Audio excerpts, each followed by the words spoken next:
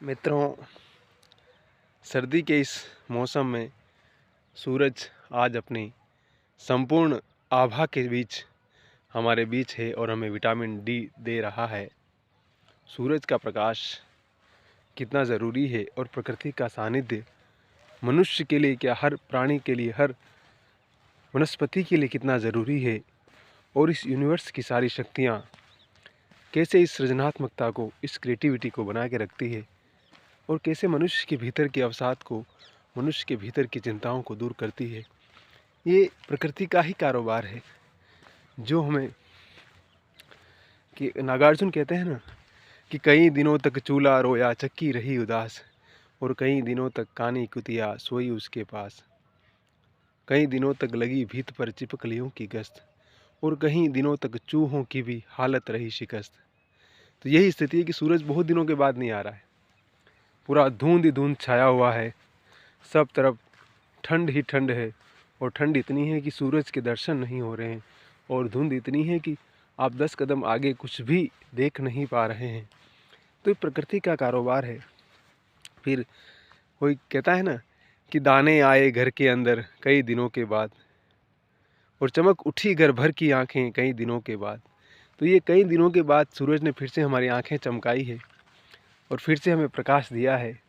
हम सूरज के प्रति सादर वंदन करते हैं और प्रकृति के प्रति सादर नमन करते हैं। उसके प्रति हमेशा कृतज्ञ, आभारी और धन्यवाद ज्ञापित करते हैं कि उसने इतना खूबसूरत माहौल दिया, इतनी खूबसूरत ज़िंदगी दी, और जो कुछ हमें दिया है हम उसके प्रति हृदय से अपना आभार प्रकट करते हैं, धन्यवाद प्रकट करते हैं।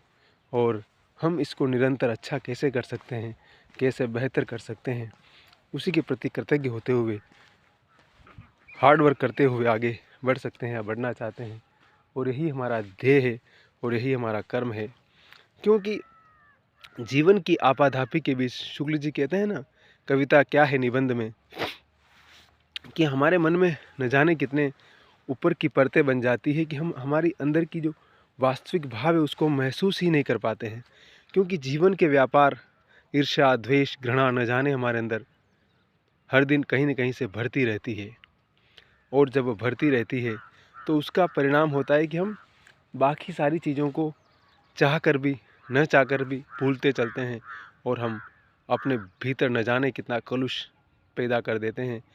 और तब हम, हमारे भावों में जो लालित्य, जो ओजस्विता, जो स्वतः प्रवाह होना चाहिए वो नहीं रहता है।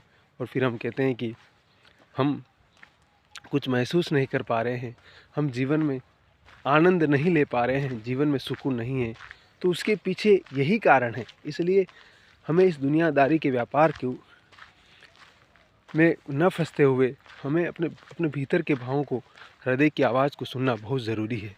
और हृदय की आवाज़ सुनकर के हम जीवन को खूबसूरत और बेहतर कर सकते हैं।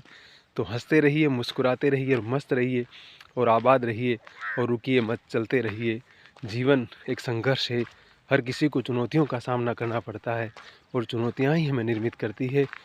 हमारे चैनल को सब्सक्राइब कीजिए, लाइक कीजिए, शेयर कीजिए और मस्त रहिए।